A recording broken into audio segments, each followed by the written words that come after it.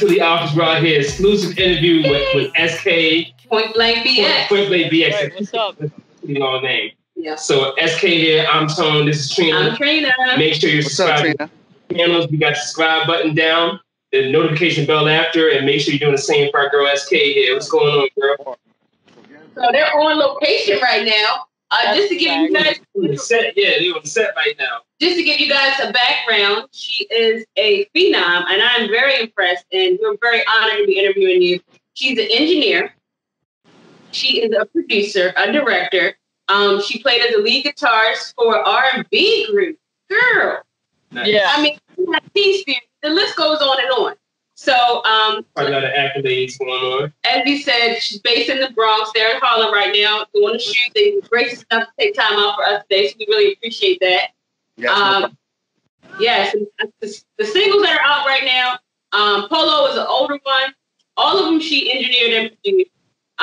Drink It Slow, No Frauds, Live For, all great concepts, all great beats, all great flow. I liked all of them. I don't have anything bad to say about it. I like Drink It Slow. It was like a softer side. Yeah. And I was like, okay, I see you on here. Very well.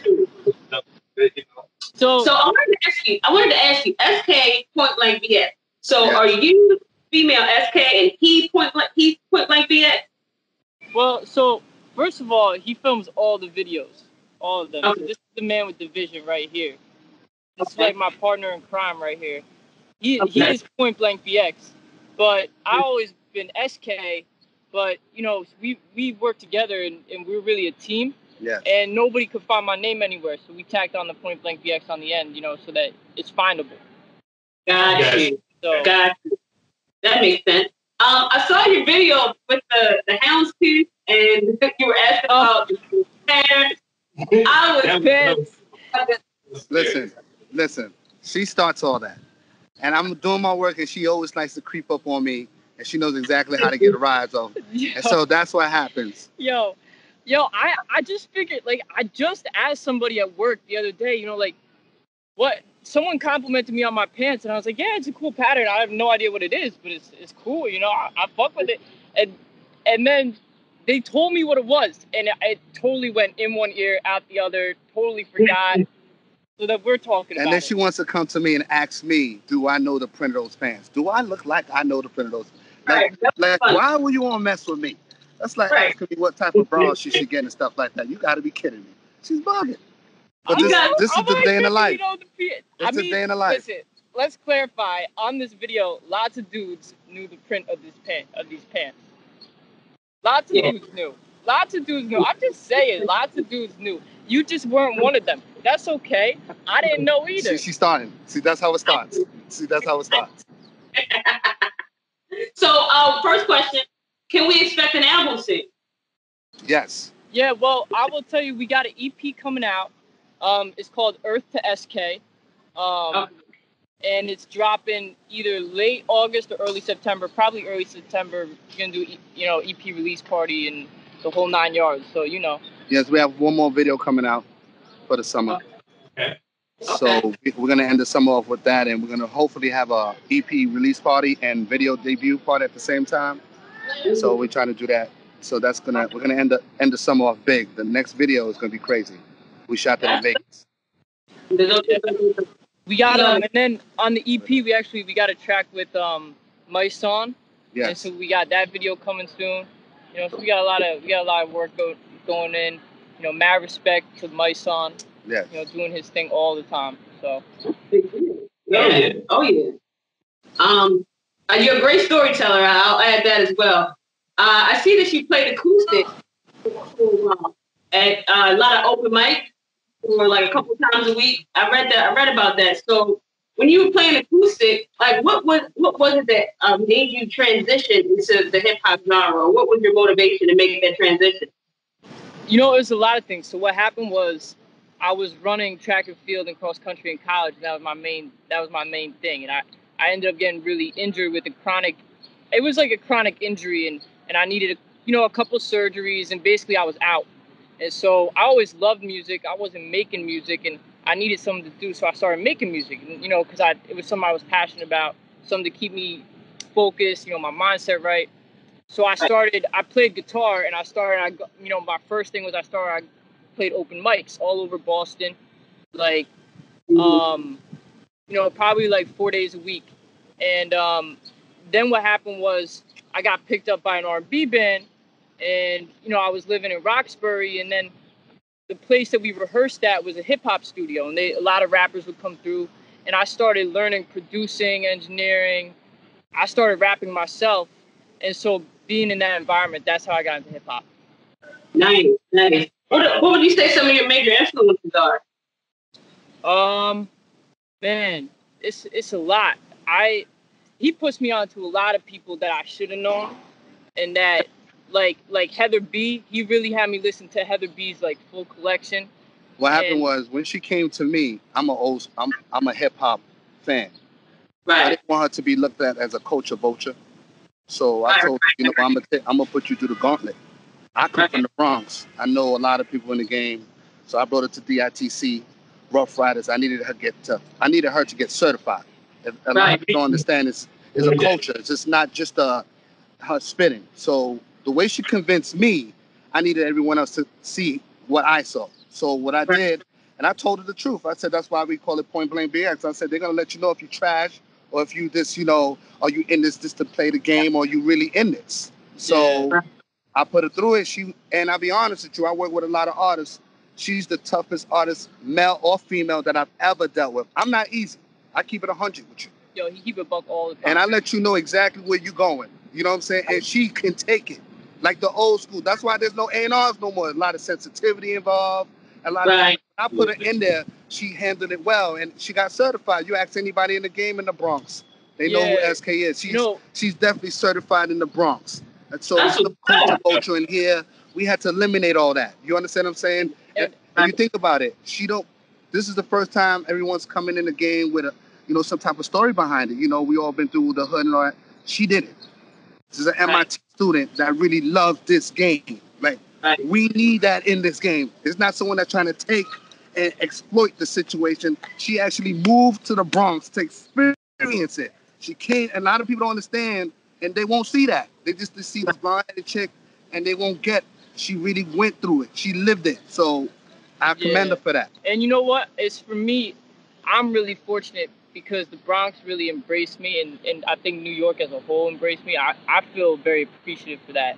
Like, the fact that I'm in that opportunity, that I get to experience that, and I get to, help, be part of hip hop, or, whatever. So that was basically it. The home of hip hop. So, but and so we work all the time. We just putting in hours on all different ends. We do like we were just out here doing a videography shoot now. We in Harlem. We'll be in the studio, we'll be making beats. We went and got a house. Yeah, facts. We got a house. We built a studio in the basement. Facts. We live in the same house. We're not playing. It's not a game. We do everything in-house. All productions in-house. Literally in-house. There's nothing that we don't do. That's everything you heard is 100% in-house. He's the puns right now. Yeah. So you're in the right place. You're in a perfect environment to really learn and come up in the game. So I commend you for that. My next question for you, SK, is: are you autodidact? Did you teach yourself sound engineering and production, or was that something you went to classes for? What I did was a little bit of both. Yeah, I took about 3 weeks of like production. Well, really, it was more engineering than production. Engineering seminars. And then after that, it was all on my own. So I think it's a mix of both, right? Okay. What happens is, in my experience, it's super helpful to have those initial like pointers and to have someone help you get acclimated with the software. But then after that, it's just the hours you put in. Like, real talk, I put in hours and hours and hours. And when I first started mixing songs to get them to how I wanted to get them to sound, it used to take me like weeks, like forever. Like, I would go back and I would mix the same song over and over and over until I got it to sound how I wanted to sound. Now it'll take me a couple hours. So it's different. You just, you learn and you get, things that you experiment and you try things and you get your own techniques to build your own sound. And I think that's what's really cool about it. So, you know. Sure. Do you consider yourself to be a perfectionist? I'm definitely a perfectionist. Yeah, it's terrible. It's good and bad. Good and bad. Yo, he needs to step out for a sec. He needs to let me move us over here right now. I'm sorry, this facial emotion is right too on much right now. Now, let me take this phone right now. First of all, it's too much of a perfectionist. She has issues. It's just too much of a perfectionist. To the point, if she's trying to get it too perfect. Now you can tell people I got issues. No. She's a perfectionist to the core. That's not a. But sometimes I have to tell her hold it back and relax and get into film. Right. So it's true. We almost got into a car accident. We tried to film while she was driving on the car out. Oh my God! Now she couldn't concentrate on the film, and we almost died. Oh no, we didn't almost die. That's exaggerated. Hold on. We didn't almost die. We might have swerved a little bit, but we didn't almost die. Back to me. So this is how we're gonna run. This is like real survival stories going on right now, like right. Yes, exactly. So yeah, oh my bad. Yeah, I'm listening.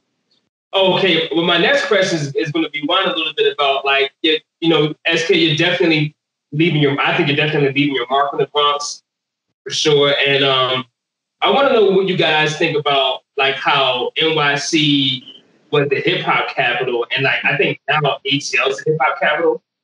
And, like, you know, what do you think about that transition? Like, is it important to you for, like, you know, New York to, like, be the capital again, or, like, you know, what are your thoughts on that?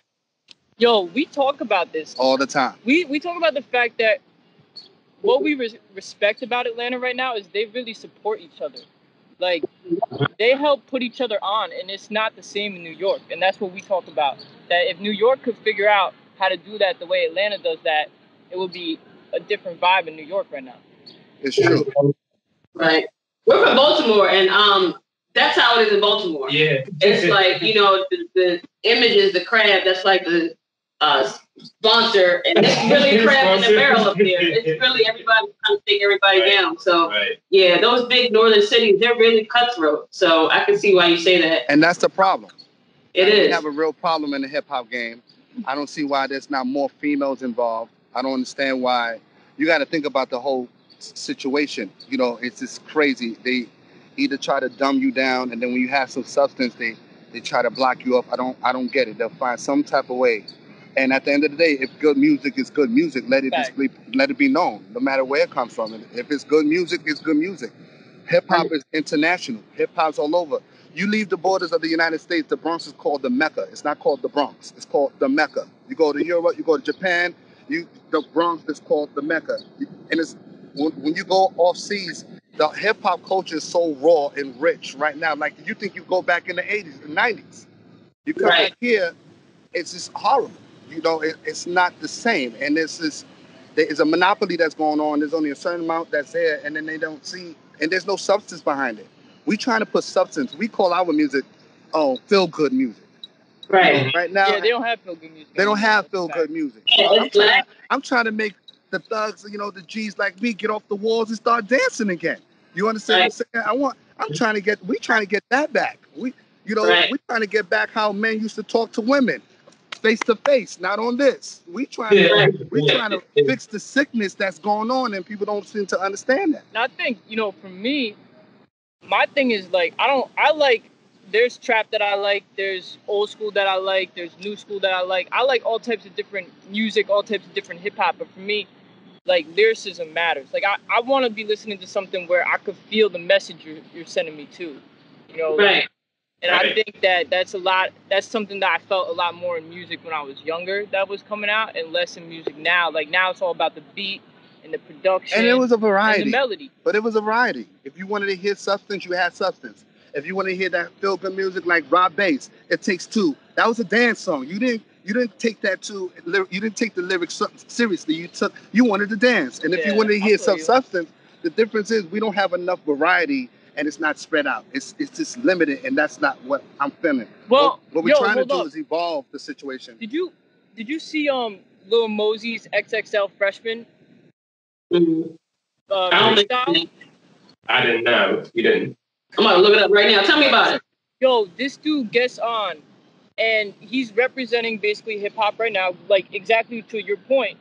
And he's supposed to be freestyling, right? Which is like a major aspect of the culture of hip hop. Yeah. And he just dropped the ball. Now they filming this, right? So they could do takes, like they do multiple takes. And this shit was so bad that everybody's spazzing on him. And it's like you looking bad for the whole. It's like what you said. People don't have this. They don't care in the same way. It's not. They don't. So what we're trying to do, you asked a question, and we're trying to bring it back to the Bronx. No, we're trying to bring hip hop back to New York. Like, honestly, I feel when I'm in New York City, I represent the Bronx. But when I leave New York City, we represent all of New York City. You understand? Right. So we're not trying to stay stagnant in the same boom bap. We're trying to evolve the hip hop like we started the hip hop. So if we're gonna fix it, I think it should be fixed by the people that created the game.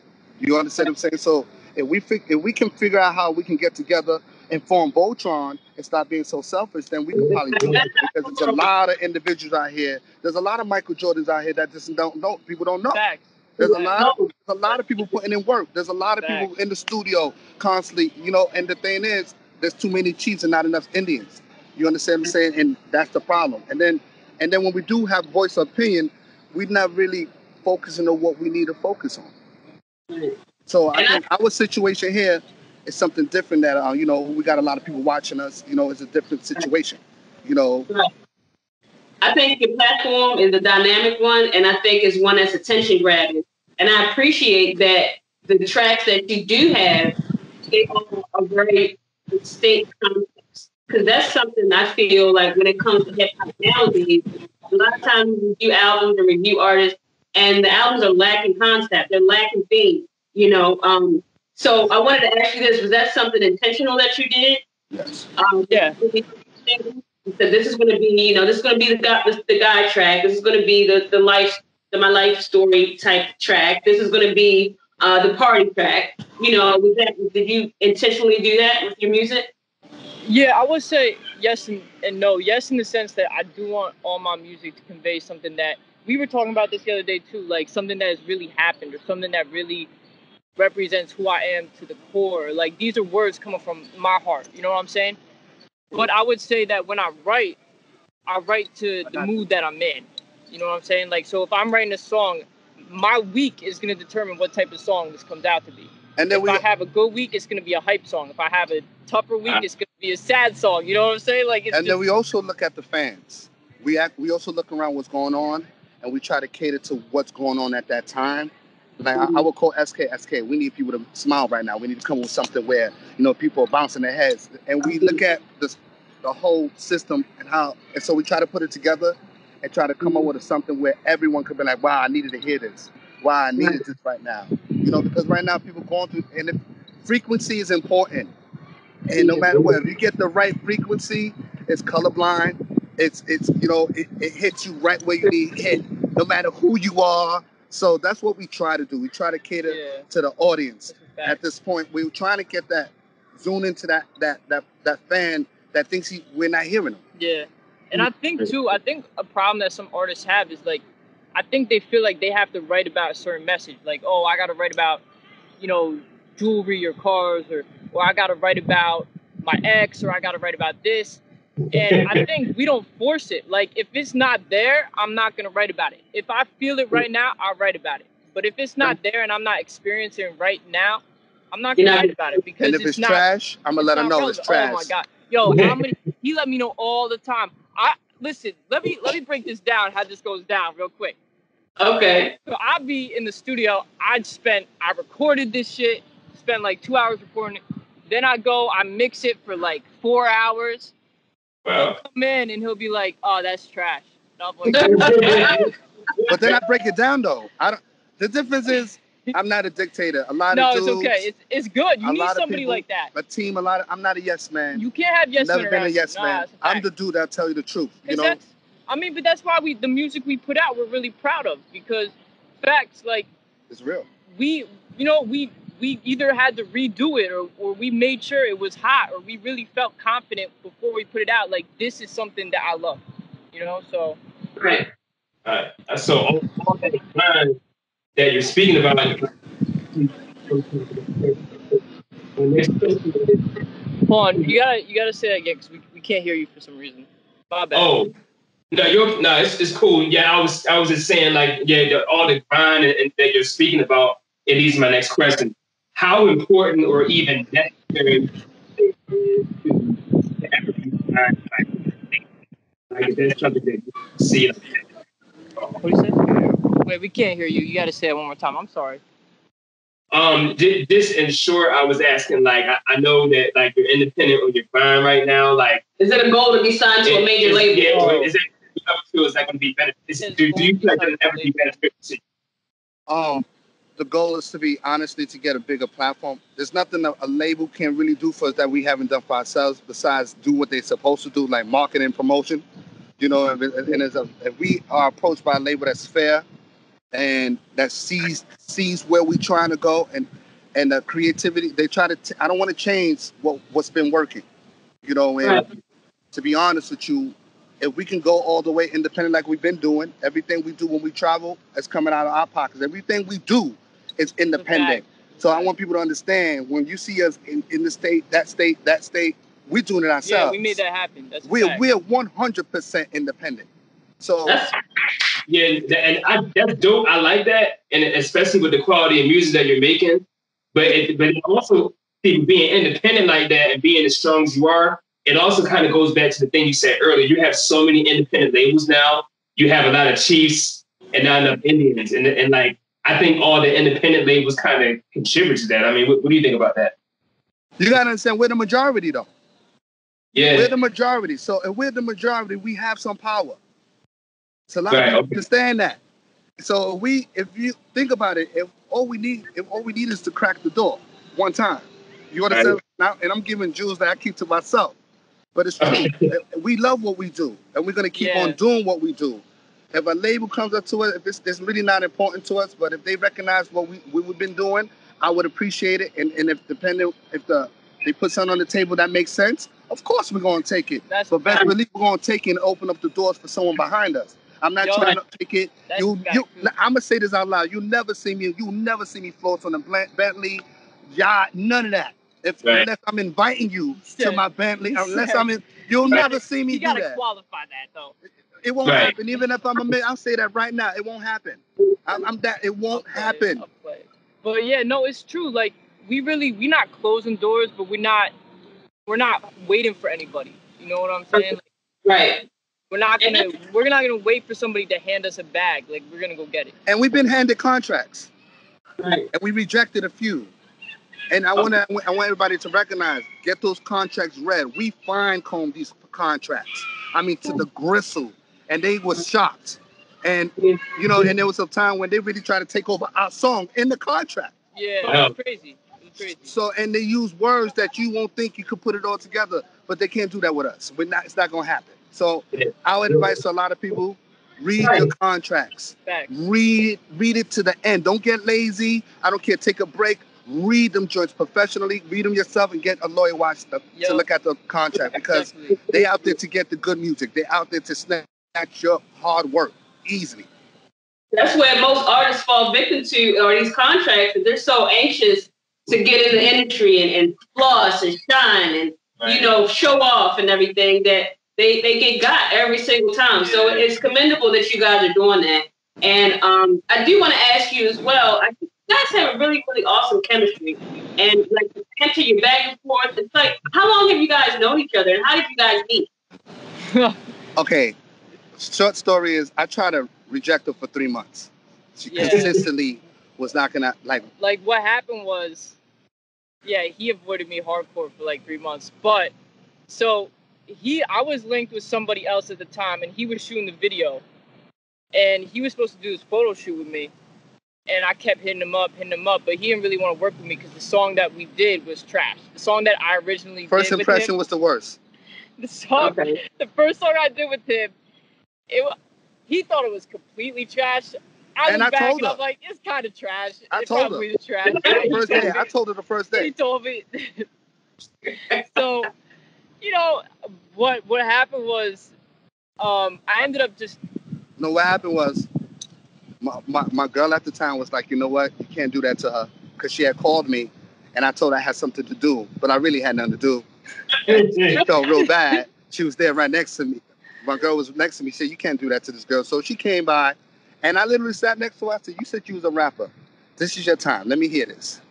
She played polo for me. So when she played polo, I said, let me hear another one. She caught my attention. Yeah. I said, let me hear. I had to hear 3. Remember back in the days, they used to sell 3 singles before you bought the album? Remember? Right. So that's the way I see things. So I have to play 3 songs. She played 3 songs.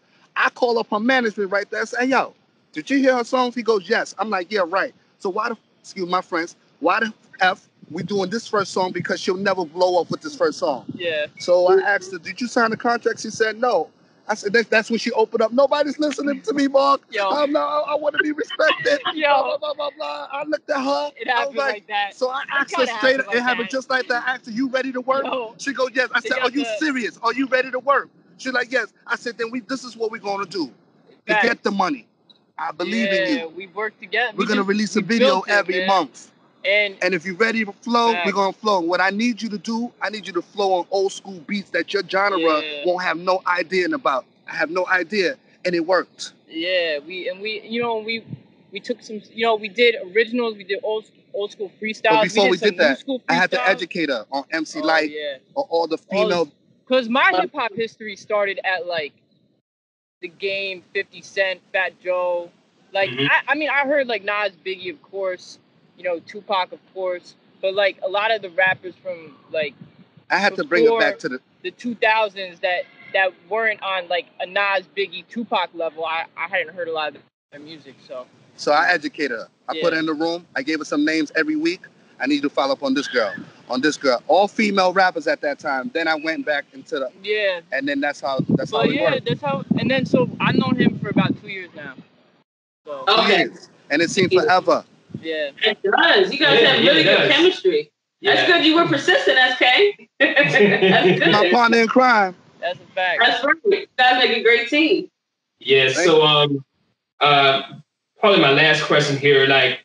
Since you also make sounds as well, you produce, you engineer, since you're doing that also, do you see it as beneficial as your career progresses to have periods where you lean more towards one than the other, like more rapping or more producing? Like, can you foresee any kind of sequence to that where you might go back and forth, or like, what are your thoughts on that? I think it goes in phases for me. So for one thing, for me, doing my own songs, a lot of times it'll involve all 3. It'll involve the writing, the recording, the producing, and the mixing, right? So that would mean that for one of my songs, I'm doing all of that, and he produces as well. So he produces some stuff as well. So in that sense, I'd still be doing like time across all those. But then when I have other artists hit me up and they want to get something mixed, and I'm starting to have more and more artists hit me up because I offer an independent rate, like, and I could give you the quality that you're gonna get at a major studio with the equipment that I have and with the ear that I have. So, I started doing more of that. So then I'll spend some time doing that, and that's cool. Making somebody's track, like playing around with it, putting effects, making it professional sounding, like, doing all that. But I would say it comes and goes in waves. Sometimes I think there are like weeks you hit where you're like, I'm not writing this week. I'm not feeling it. So then you'll produce or you'll mix. And then you'll have a week where you just got bars coming out your head all week and you're on your phone typing them all in like, oh my God, I got to write all this down right now. So I think it's phases. You go through phases. I go through phases. Yeah. But then we help each other when we get on phase. I call up, we got to get out of town, let's go. We drop everything, we decompress and we just leave. Yeah. And then we find a way to go do something to decompress and get away from it. Because I'm a retired mechanic. This is my 9 to 5. This is what I plan to do. This is not a game. Like, I really take this very seriously. And we take this very seriously, and I try to show people that how, and a man and a female can work together. You hey, look at that, see? You understand what I'm saying? I want to make something clear too. She's all female. She loves men. Yeah. So let's get that clear. A lot of people get that confused. Everybody think I'm gay. But no, she's not. Which is cool. If you she's gay, not at all. If she, be you. It's all good, but cool. She's not. Gay, be you. That's what I'm going to say. Always be you. Actually, we were talking about this. Yes. And another thing is like being kind of different for everybody else. It's not a bad thing. it's cool actually that we are in a position a lot of times where we can help other people who are not like just like in the normal lane. The cliche.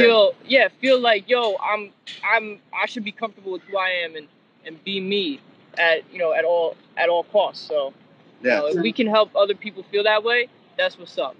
And everybody should just be them, man. I think that's admirable. And I think the video "Drink Is Slow" did allude to the fact that you didn't. Yeah, it did make that kind of clear, right? It did make that pretty clear.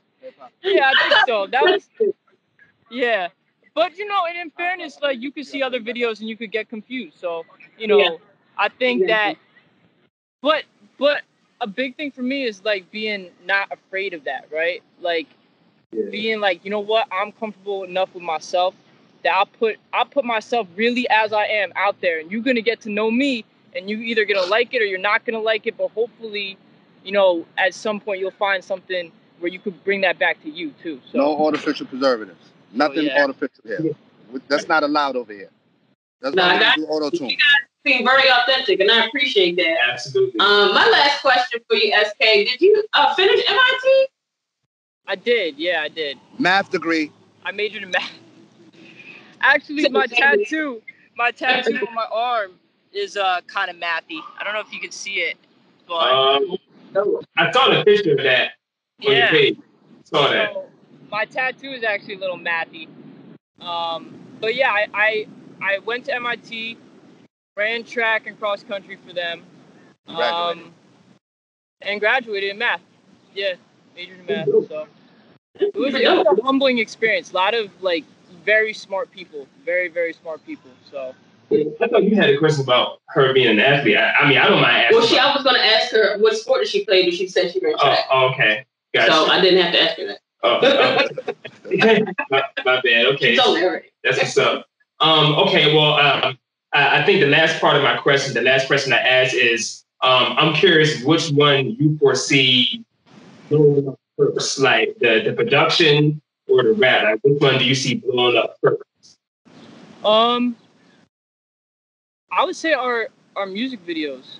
I think because it's a collaboration between both. It's like a collaboration between our energy. Yeah. I think that in our vision. When she plays the music to me, I project the vision, right? I just project it right there. I tell her this is how we're gonna do it, what state. Right now we haven't done a video in New York State in the last year. Every video we've done. Yeah, we ain't doing that. It's been out of New York State to relate to what we're doing. Like right now we're going back to Puerto Rico and Miami to finish one part of the video. We're gonna come back to New York City and do what we do. But it's all a chemistry. When she plays a rhythm to me, I automatically see it. Sometimes I get frustrated because I wish I could project it to her, but then she sees it afterwards, and then that's So yeah, I think for us, like our biggest growing thing right now is YouTube for sure, and so I think the combination of major push. The vision, we have no major push. We put it out there. We push it, man. We push it like because it is our baby. Yeah. So it's I think the vision combined with the music, and one of the things that I really pride myself on is songwriting. I always have looked at myself as a songwriter first, and a lyricist, and from there everything else falls together. So I think for me that's something that's very valuable to me, right? Like I would love to I think my favorite feeling in music, honestly, more than anything, is like after I've recorded a song, written the song, produced it, mixed it, finished it, and then the first time you hear it the next day, fresh ears. That's the best feeling. And then I get sick of it at some point, and I don't want to listen to it for a few weeks. Then I'll come back, I'll listen to it again. But that first time you that's fresh. After that, that's like that golden moment that nobody can take from you. So. Yeah, I made that right. Well, you guys, I want to thank you so much for being here with SK PointblankBx. They took Sorry for the delay. We was just real busy. We apologize for that, but that won't happen again. Yeah, we appreciate you guys working with us on that. Really, it means a lot. So, well, thank you for saying that. You guys are sweet. I love your chemistry. I can see you guys going far. You've already made strides in the past 2 years, and it's good that We'll come out to you too, though. We will come out to you if we can and we will. So come on, we'll be there. We'll put it on the calendar and we'll show up. Come on. All right. Great, man. I got you. Oh, we rock stars. We rock stars. Yeah. So we definitely go rock star. Virginia Beach, But yeah, we thank you guys again. Absolutely Alpha's out. We appreciate you. You guys have a wonderful, wonderful day. Thank you. And enjoy everything that you're doing. All right. Peace. Love y'all. All right, peace.